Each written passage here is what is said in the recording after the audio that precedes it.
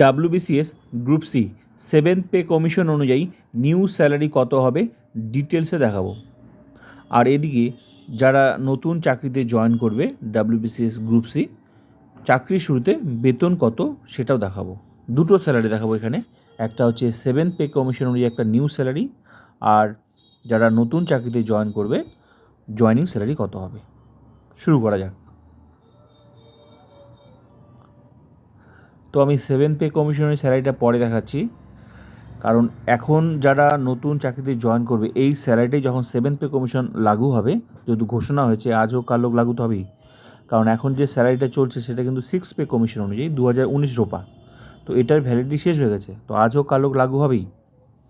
তো এই স্যালারিটাই যখন সেভেন্থ পে কমিশন লাগু হবে তখন কত হবে সেটা দেখাবো।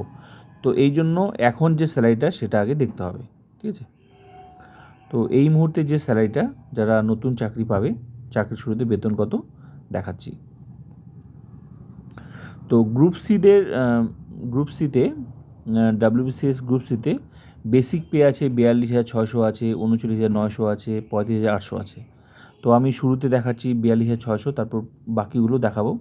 তো 42,600 অনুযায়ী বেতন কত হবে, তারপর দেখাবো 39,900, তারপর দেখাবো 35,800। তো এখানে সার্ভিস পোস্ট অনুযায়ী কিন্তু বেসিক পেগুলো হয়। তো শুরুতেই 42,600 এই অনুযায়ী বেতনটা, তারপর এই বেতনগুলি সেভেন্থ পে কমিশন অনুযায়ী কত হবে সেটাও দেখাবো যখন লাগু হয়ে যাবে।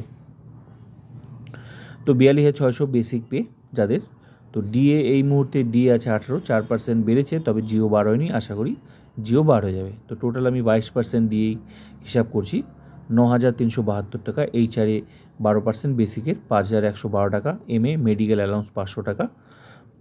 তো সব কিছু মিলে যোগ করে যে স্যালারিটা হচ্ছে সেটা হচ্ছে 57,584 টাকা।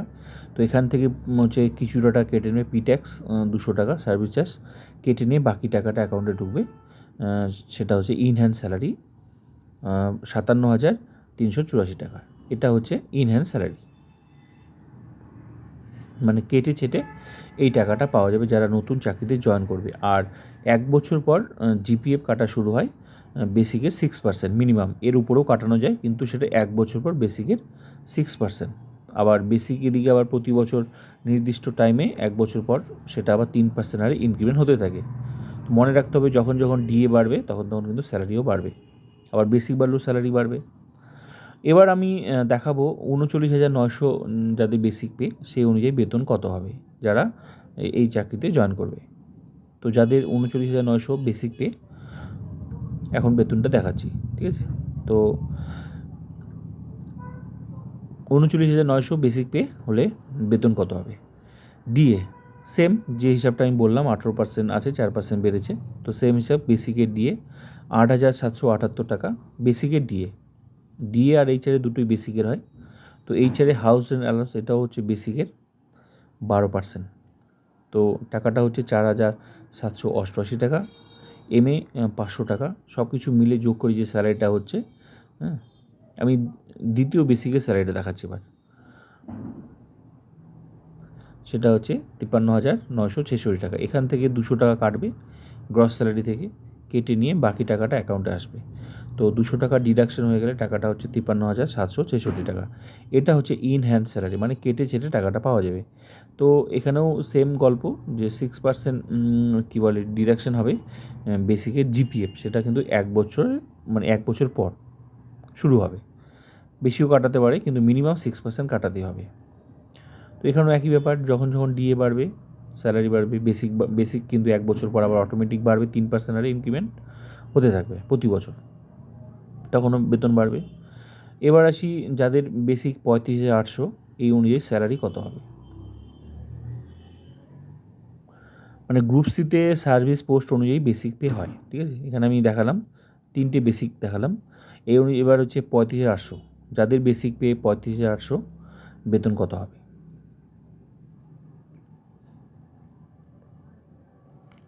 ডিএ সেম হিসাব, ডিএ হচ্ছে বেসিকের ডিএ, একই ব্যাপার 18 চার্জ যেটা বললাম সেম এখানেও। তো 7,876 টাকা। এইচআরে বেসিকের 12%, 4,296 টাকা। 500 টাকা এমএ, 500 টাকা মেডিকেল অ্যালাউন্স, সব কিছু মিলে যোগ করে যে স্যালারিটা হচ্ছে সেটা হচ্ছে 48,472 টাকা। তো এখান থেকে 200 টাকা কেটে নেবে পিট্যাক্স সার্ভিস চার্জ, কেটে নিয়ে বাকি টাকাটা অ্যাকাউন্টে আসবে 48,272 টাকা। এটা হচ্ছে ইন হ্যান্ড স্যালারি।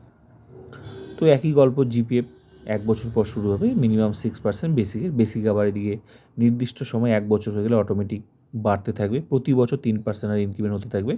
তো মনে রাখতে হবে ডিএ আবার যখন ঘোষণা হবে তখন কিন্তু বেতন বাড়বে, কিন্তু যাই হোক ডি আর এইচআর দুটোই কিন্তু বেসিকের হয়। ক্লিয়ার? এবার আসি 7 পে কমিশন অনুযায়ী স্যালারিটা কীরকম হবে। যেহেতু গ্রুপ সিতে 3টে বেসিক আমি দেখালাম, 3টে বেসিকেরই স্যালারি দেখালাম, ঠিক আছে।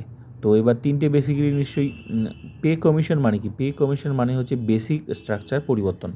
যার যেটা বেসিক আছে সেটা কিন্তু সেই বেসিকটাকে একটা নির্দিষ্ট সংখ্যা দিয়ে গুণ করা হবে। মানে পে কমিশন যখন আসে তখন এই মুহূর্তে যার যেটা বেসিক আছে সেই বেসিকটাকে একটা নির্দিষ্ট সংখ্যায় গুণ করা হবে, যেটাকে বলা হয় ফিটম্যান ফ্যাক্টর। তো এই গুণটা করে একটা নতুন গুণ, যে কোনো সংখ্যাকেই গুণ করলে তো এমনি বেড়ে যায়। এই জন্য মানুষ বলে যে পে কমিশন আসে মানে প্রচুর বেতন বেড়ে যাচ্ছে, কারণ একটা সংখ্যাকে গুণ করলে তো এমনি বেড়ে যায়। তো একটা সংখ্যা গুণ করা হবে, নিয়ম যার যেটা বেসিক সেটাকে গুণ করা হবে। তো আমি 35,800, এবার বিষয় হলো এই গুণটা কত হবে। তার জন্য আমাদেরকে এই মুহূর্তে যে পে কমিশনটা চলছে, সবার যে বেতন চলছে, এটা আমাদেরকে দেখতে হবে। মানে 7 পে কমিশনের হিসাবটা বুঝতে হলে সবার যে স্যালারিটা চলছে সেই হিসাবটা দেখতে হবে। এটারই কাছাকাছি আসবে 7 পে কমিশনে। তো এটা হচ্ছে 6 পে কমিশনের, মানে 5 থেকে যখন 6 এসেছিল তখন গুণ করেছিল, মানে 5 পে কমিশনে যাদের বেসিক ছিল সেই বেসিকগুলোকে একটা নির্দিষ্ট সংখ্যায় গুণ করেছিল, মানে একই গুণই করবে বেসিকগুলোকে। তো গুণ করেছিল তখন 5 থেকে 6, এটা কিন্তু 5 থেকে 6 মানে 6-এর গুণ করেছিল 2.57 গুণ করেছিল, ধরে নেওয়া যেতেই পারে 5 থেকে 6 যেহেতু 2.57 গুণ করেছিল, ধরে নেওয়া যেতে পারে 6 থেকে যখন 7 আসবে আশা করা যেতে পারে এবারও তাই হওয়ার সম্ভাবনা রয়েছে। এবার বিষয় হলো আরেকটা বিষয় দেখতে হবে। এবার এই যে 3টে বেসিক আমি দেখালাম, 35,800, একটা হচ্ছে 39,900, একটা 42,600, মানে গ্রুপ সির বেসিকগুলো, এগুলো যখন এটা কিন্তু এই যে এখানে আমি যে দেখাচ্ছি এটা হচ্ছে 6 পে কমিশনের 2019 রোপা অনুযায়ী স্যালারি, এই অনুযায়ী কিন্তু সবাই স্যালারি পাচ্ছে এই স্ট্রাকচার। এরকমই একটা কাছাকাছি আসবে 7 পে কমিশনে। তো এটা এই হিসাবটা বুঝতে পারলেই 7 পে কমিশন হিসাবটা বোঝা যাবে। তো এখানে আমি গ্রুপ সিতে 3টে বেসিক দেখালাম, ঠিক আছে, কারণ সার্ভিস পোস্ট অনুযায়ী এখানে বেসিকগুলো হয়। এই যে 35,800 একটা, আর একটা হচ্ছে যে 39,900, আর একটা হচ্ছে যে 42,600, 3টে বেসিক গ্রুপ সিতে। তো এটা হচ্ছে 5 থেকে 6, এই যে ওল্ড এন্ট্রিতে আছে না, ওল্ড এন্ট্রিতে 5 পে কমিশনে কত বেসিক ছিল। তো 35,800 5 পে কমিশনে ছিল 13,400, এটা কিন্তু 6-এর, কিন্তু আগে ছিল 13,400, 1 লাফে কত আসলো 35,800। তারপর আরেকটা কি আছে 39,900, এটা আগে কত ছিল, এই যে 14,930। তারপর কি 42,600, এই যে 42,600, এটা আগে কত ছিল 15,960। তার মানে 5 পে কমিশনে ছিল কত কম, তারপর লাভ দিয়ে কিন্তু 35,800, 39,900 আর 42,600 এই বেসিকগুলো হলো 1 লাফে আসলো। কি করে আসলো? তখনও কিন্তু গুণ করেছিল।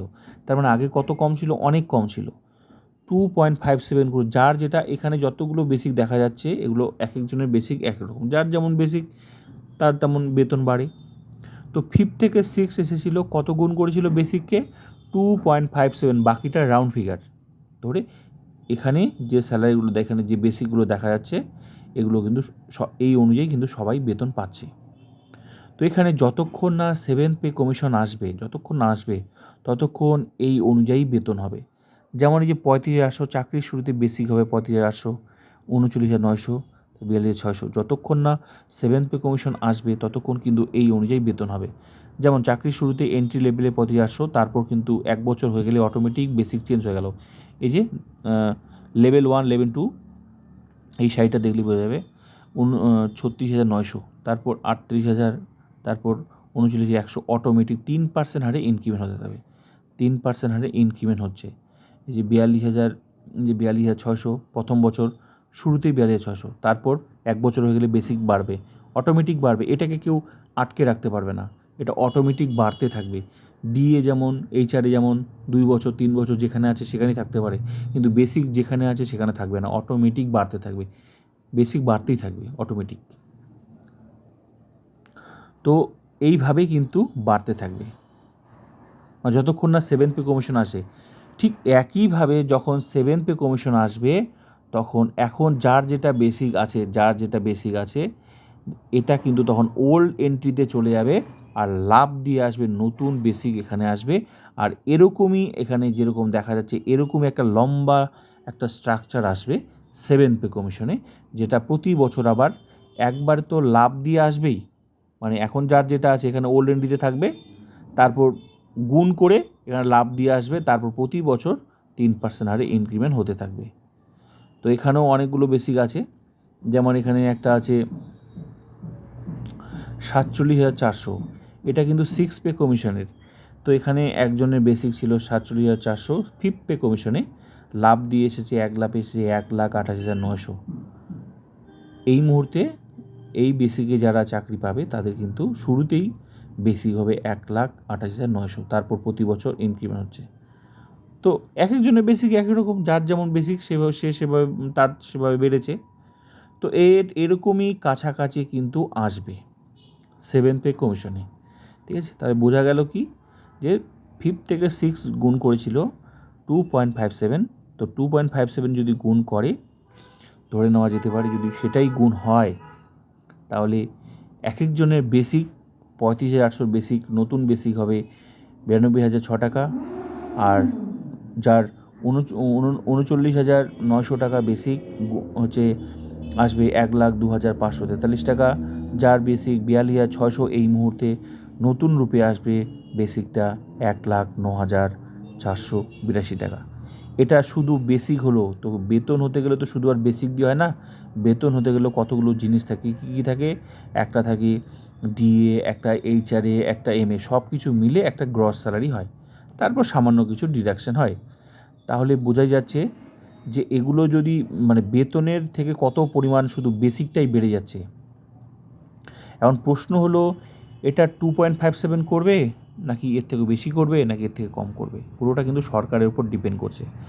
তো যাই হোক, মানে কমই করুক আর বেশি করুক কিন্তু গুণই হবে, গুণ করলে যে সংখ্যাটা এমনি বেড়ে যাচ্ছে এটা বোঝাই যাচ্ছে, ঠিক আছে। তো বেসিক, মোট কথা বেসিক প্রচুর বাড়বে বোঝা যাচ্ছে, যেহেতু 5 থেকে 6 2.57, তাই ধরে নেওয়া যেতেই পারে এটাও হতে পারে, হওয়ার সম্ভাবনা রয়েছে, যদিও পুরোটা সরকারের উপর ডিপেন্ড করছে, ঠিক আছে। তারপর থাকবে ডিএ, এবার শুরুতে ডিএ নাও হতে, ডিএ 0 হতে পারে, কিন্তু 0 হলেও তারপরে বছর থাকবে, কিন্তু সামান্য কিছু এইচআরএ থাকবে, সামান্য এমএ থাকবে, সব কিছু মিলে গ্রস স্যালারি হতে গেলে তো আবার এগুলো যোগ হবে, যোগ হয়ে মানে যে এই বেসিক অনুযায়ী স্যালারি, এই বেসিক অনুযায়ী স্যালারি, যেভাবে আমি 3টা স্যালারি দেখালাম, ঠিক আছে। তো তারপর ডিএ যাই দিক, এইচআরএ যাই দিক, যেটা পাবে সেটা সবাই সমান পাবে। তো বোঝাই যাচ্ছে তো গ্রস স্যালারিতে সব কিছু যোগ করে কত স্যালারি হতে পারে। তো ভিডিওটা ভালো লাগলে like comment subscribe and share.